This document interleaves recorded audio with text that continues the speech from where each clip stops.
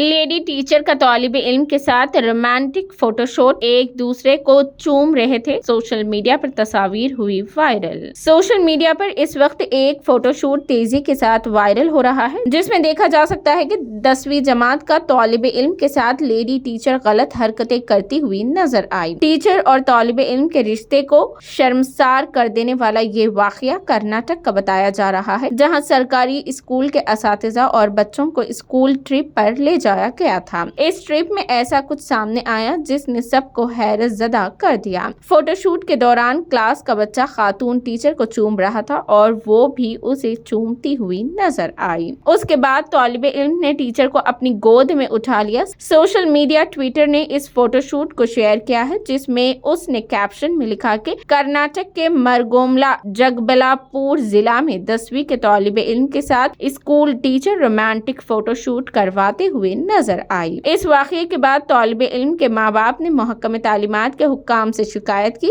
اس واقعے کی ہر گوشے سے مذمت کی جا رہی ہے۔ عوام کی تنقیدوں کے بعد حکومت نے ٹیچر کو معطل کر دیا۔